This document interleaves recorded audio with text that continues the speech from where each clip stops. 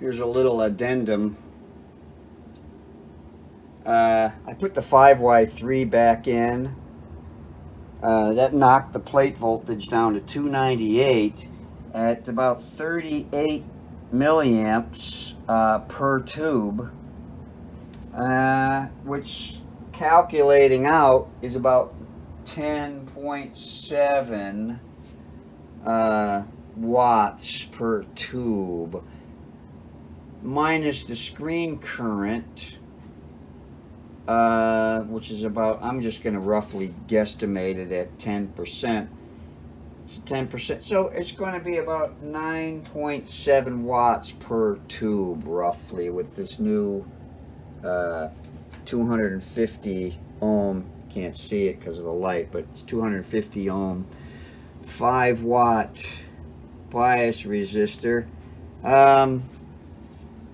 Yeah, the amp is just really, Elmore James really sings when you crank it like a mini stack of Marshalls. It's got all the freaking cool caps in there. So yeah, so I'm gonna call this good for now and just try it, play it, see how it is. I may put the R speaker back in there too, the R speaker. I probably will. I didn't notice that much of a difference. I don't think that speaker's blown. It's just, it just breaks up easier than I'm used to, I think, with a Fender. Fenders are a little bit cleaner and more efficient. So, yeah, all right. So what I'm going to do here is I'm going to do a little light doping of this speaker. All right, this is an original cone. It's tired, and I'm pretty sure I can give this some extend its life here a little bit. So that's what I'm going to do. Here's a plug for this stuff. This is what I use for my doping. Great product. Consistent. I've been using it for decades. All right. Speaker properly doped. And once again, left to right. Replace the bulb.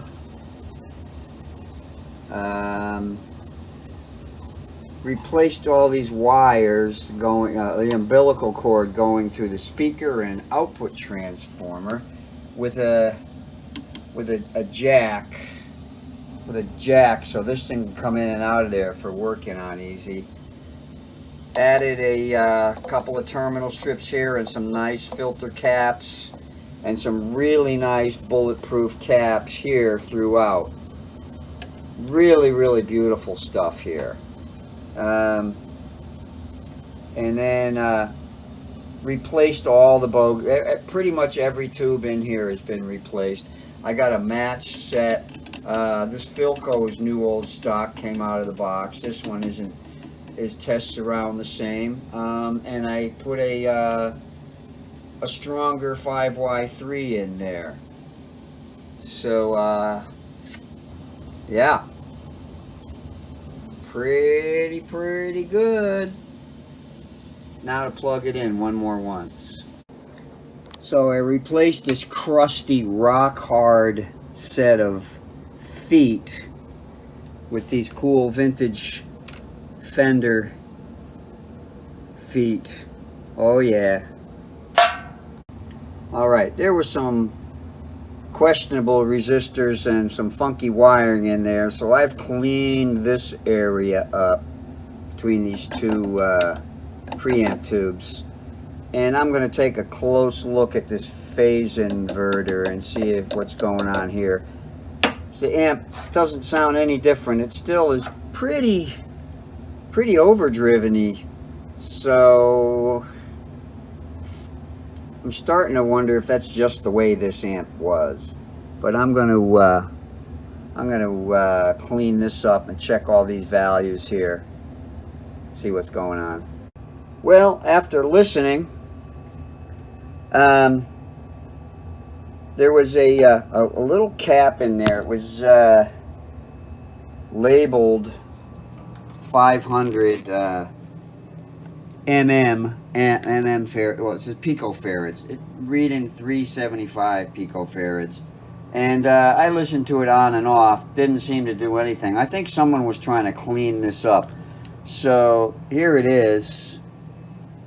It's old and in the way, kind of like me. It was here and there. It was an add-on. This is not on the schematic, and so after listening, it didn't seem to do much of anything to me. So I'm just taking it out of there. Alrighty, and over here,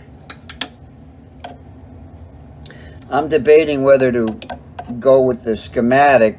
This is the cathodes. And on the schematic, it's the cathodes are joined, and then they got 1,000 or 1K going to ground. Here, you're getting these combined, mismatched. Looks factory to me, and it's going to 6K to ground. So I might just loosen up the legs here. And I think I'm going to loosen up these two legs and tack something in here that's closer to the schematic and give it a listen. So I put this back to what the schematic said. So what I did, I ran a wire from the cathode here up to here, and I wired a wire from the other cathode up to there, and from there I went through a 1K per schematic down to the resistor, and I'm telling you, it's a little cleaner now.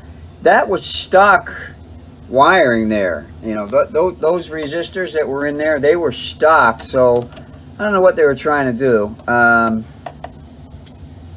But this is as far as I'm going with this. I'm going to button it up. I'm getting ready to move to the West Coast, and I'm going to call this really damn good for now. I will do a little sound check and add this to the link of the YouTube video I already put up. It's slightly cleaner, but it screams, and at a low volume it's a little cleaner. So yeah, I'll give a demo. One last thing that I did do was I pulled this 500 picofarad out of there. I think I'm sure it was added on afterwards, and I think they were probably trying to get rid of some high frequency oscillation perhaps from a microphonic tube, but I got all nice tubes in there now. I don't think this is needed. It's not part of the schematic, and I can't hear a difference, so out you go. In conclusion regarding this schematic, it seems to me there's two possibilities. Those resistors that were in there,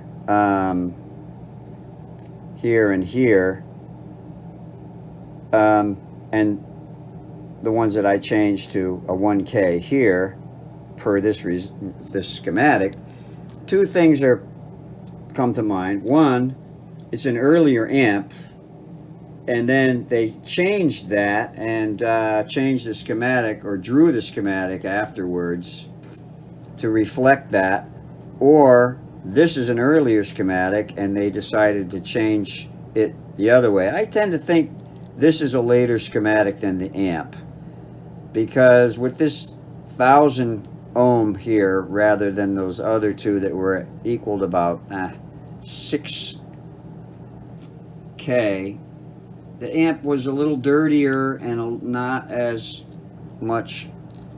It just seemed better, a little bit better. Not a major difference, but definitely better, more pleasant overdrive when you pushed it wide open. So anyways, with all these changes made, I'm going to now plug in my 59 Stratocaster and give it a sound check. So, yeah, this has been a fun little project. Thanks for watching. Hope this helps. LA, why do you always use crappy guitars for your demos? I know. I couldn't find a decent guitar, so I'm kind of stuck with this beat up 59 Strat. Here we go. By the way, you notice how quiet this amp is with the guitar turned down? It's dead quiet. Dead quiet. So I got everything in the instrument channel pegged for that walls to the ball blues sound. And of course the Strat, you can hear that as I turn towards the light. Stay away from the light. Okay.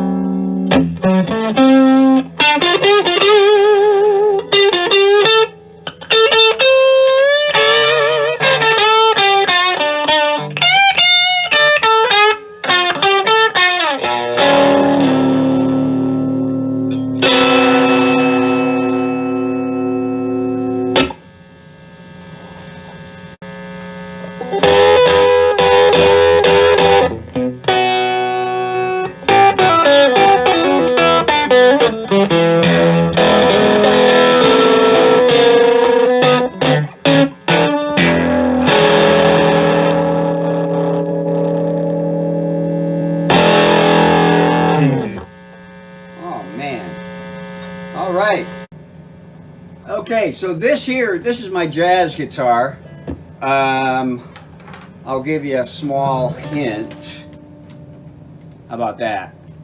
And I've got it in the mic channel, turned up probably to about a third of the way up, and I got the tone about halfway up.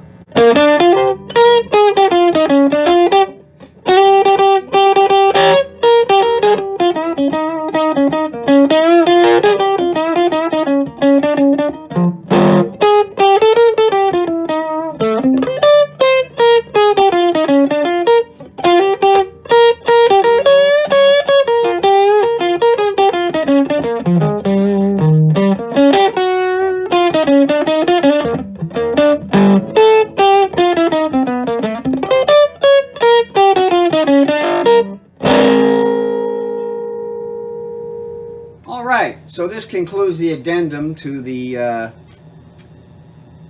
Gibson 51 GA 20. Thank you for watching, ladies and gentlemen. Hope this helps. Don't forget to subscribe if you like this maniacal carrying on. We would appreciate it. We need all the ohms we can get. Thanks for watching. Hope this helps.